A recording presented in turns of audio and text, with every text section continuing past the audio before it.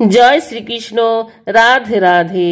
নমস্কার বন্ধুরা, আজকে জানতে চলেছি শ্রী চৈতন্য মহাপ্রভুর জীবনী। 15-16 শতকের আধ্যাত্মিক গুরু সমাজ সংস্কারক শ্রী চৈতন্য মহাপ্রভু অনুসারীদের মতে তিনি ভগবান শ্রীকৃষ্ণের অবতার। শ্রী চৈতন্য মহাপ্রভুর ধর্মীয় আন্দোলনের ফলে গৌড়ীয় বৈষ্ণব ধর্মের প্রতিষ্ঠা হয়। হিন্দু ধর্ম সংস্কারে তার ভূমিকা অনন্য সাধারণ। জন্ম ও শৈশব লীলা। শ্রীচৈতন্য মহাপ্রভু জন্মগ্রহণ করেন পশ্চিমবঙ্গের নবদ্বীপে। তার পিতার নাম পণ্ডিত জগন্নাথ মিশ্র এবং মাতার নাম শচী দেবী। জগন্নাথ মিশ্র ও শচী দেবীর জীবনে অনেক কষ্টের অভিজ্ঞতা ছিল। একে একে তাদের 8 জন কন্যা অকালে মৃত্যুবরণ করে। তারপর একটি পুত্র সন্তান হয়, তার নাম বিশ্বরূপ। তিনি যৌবনেই ঘর ছেড়ে সন্ন্যাস গ্রহণ করেন। কথিত আছে একদিন শচী দেবী ভগবানের চিন্তায় বিভোর হয়ে গঙ্গা স্নান করছিলেন। এমন সময় একটি তুলসী পাতা ভেসে এসে তার নাভি স্পর্শ করে। এ ঘটনার কিছুদিন পর তার এক পুত্র সন্তানের জন্ম হয়। এই পুত্রের নাম রাখেন বিশ্বম্ভর। গৌর বর্ণের জন্য তাকে গৌরচন্দ্র, গৌরাঙ্গ বলা হয়। তবে তার ডাকনাম নিমাই। পরবর্তীকালে এই নিমাই শ্রী চৈতন্য মহাপ্রভু বা চৈতন্যদেব নামে খ্যাত হন। নিমাইয়ের বয়স যখন 10-11 তখন তার পিতার মৃত্যু হয়। মা শচী দেবী কনিষ্ঠ পুত্রকে নিয়ে খুব বিপদে পড়েন। বালক নিমাই ছিলেন খুবই চঞ্চল ও দুরন্ত। তবে তিনি যেমন দেখতে সুন্দর ছিলেন তেমনি ছিলেন খুব মেধাবী। তার মেধা এবং রূপের কারণে সকলেই তাকে স্নেহ করতেন। বিষ্ণু পণ্ডিত নিমাইকে হাতে খড়ি দেন। নিমাই গঙ্গাদাস পণ্ডিতের চতুষ্পাঠীতে পড়াশোনার জন্য ভর্তি হন। বালক নিমাই পড়াশোনার প্রতি ছিলেন অত্যন্ত নিষ্ঠাবান। তাই অল্পকালের মধ্যেই তিনি ব্যাকরণ, অলঙ্কার, স্মৃতি ও ন্যায় শাস্ত্রে অগাধ পাণ্ডিত্য অর্জন করেন। তিনি ছিলেন অনন্য সাধারণ প্রতিভার অধিকারী। যেখানেই তিনি গিয়েছেন সেখানেই লোকজনকে আকর্ষণ করতে সক্ষম হয়েছেন।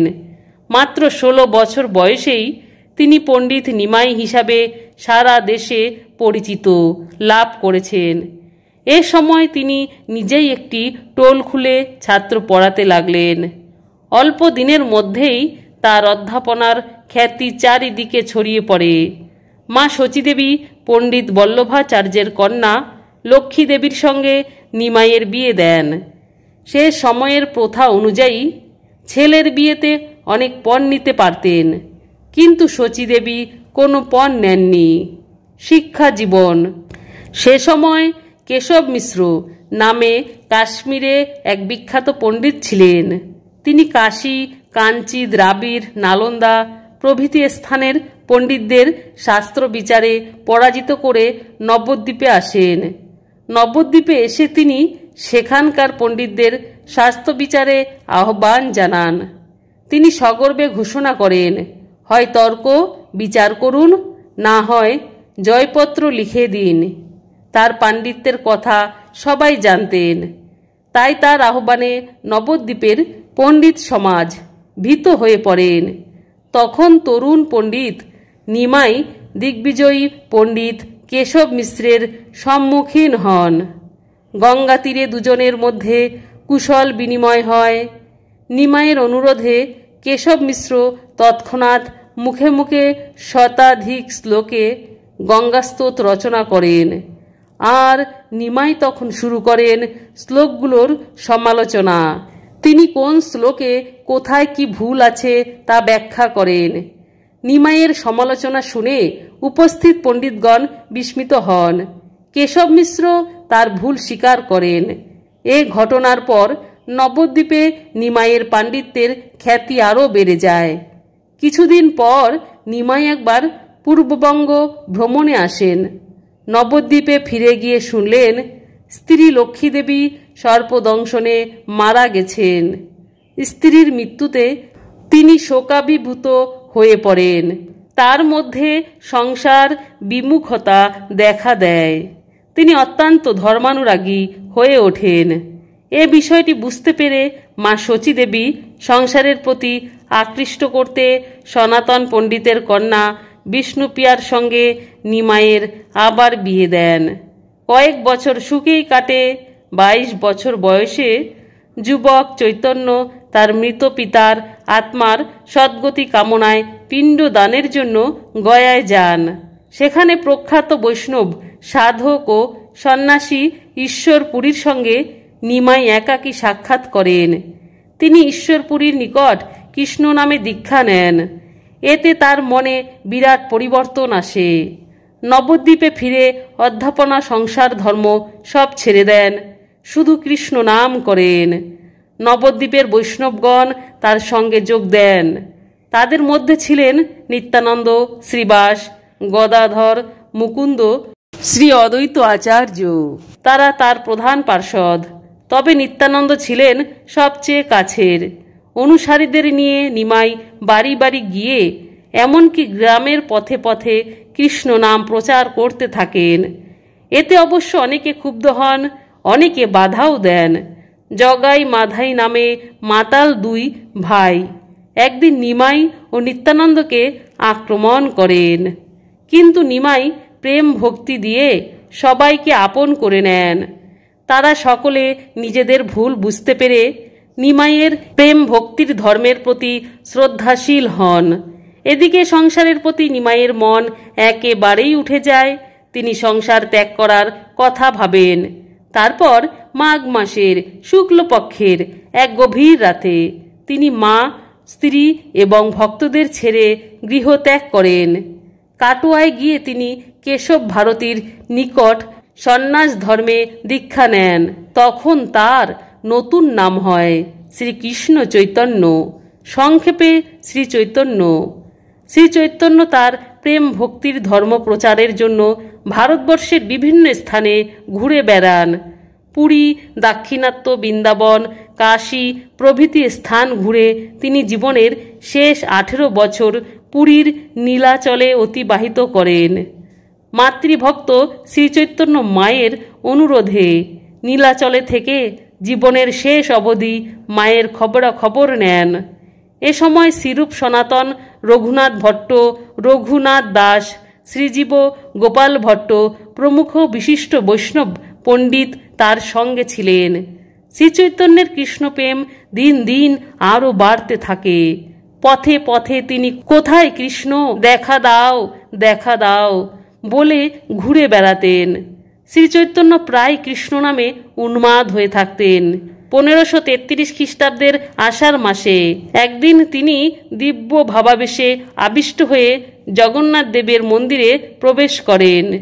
হঠাৎ মন্দিরের দরজা বন্ধ হয়ে যায়। সবাই বাইরে উন্মুখ হয়ে বসে থাকেন।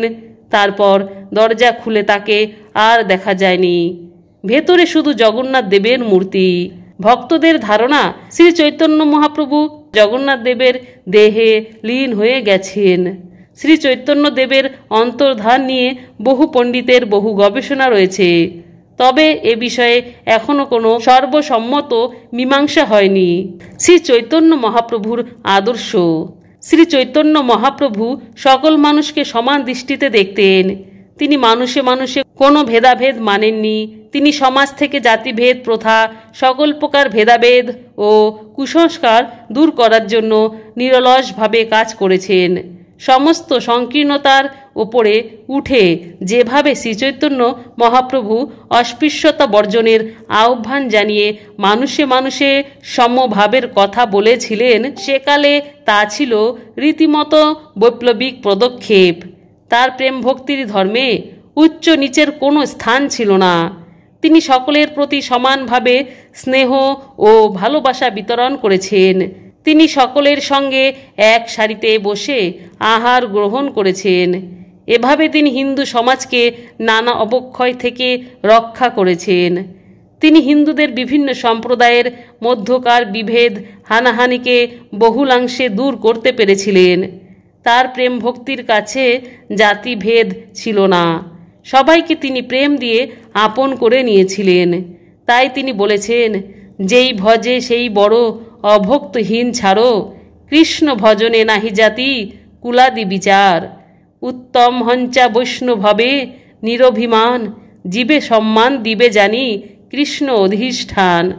শ্রী চৈতন্যের অনুসারীদের প্রতিদিন কৃষ্ণ বিষয়ক গ্রন্থ পাঠ করতে হতো। এ কারণে সে সময়ে শিক্ষার বিস্তার ঘটেছিল। পরবর্তীতে নারী শিক্ষায় শ্রীচৈতন্য মহাপ্রভুর প্রভাব লক্ষ্য করা যায়। 19 শতকে বাংলার সম্ভ্রান্ত গৃহে মেয়েদের পড়াশোনার জন্য বৈষ্ণবীরা আসতেন। বৈষ্ণব সমাজে নারীকে মর্যাদা দেওয়া হতো, এমনকি মেয়েরাও দীক্ষা দানের অধিকার পেয়েছিলেন। এক্ষেত্রে চৈতন্য মহাপ্রভু প্রভাবী কাজ করেছে। চৈতন্য মহাপ্রভুর প্রিয় ছিল কৃষ্ণ নাম এবং কৃষ্ণ বিষয়ক পদকীর্তন। আবার বৈষ্ণবের নিত্যকীর্ত ছিল কৃষ্ণ কথা পাঠ ও শ্রবণ। তার ফলে চৈতন্য মহাপ্রভুর সময়ে এবং তার পরবর্তী বাংলার বৈষ্ণব পদাবলী হয়ে উঠেছিল আধ্যাত্মিকতার ঐশ্বর্যে মণ্ডিত। তবে বন্ধুরা, ভিডিওটি এখানেই সমাপ্ত। সকলেই ভালো থাকবেন। কমেন্টে অবশ্যই জয় চৈতন্য মহাপ্রভু লিখতে মনে রাখবেন। ধন্যবাদ।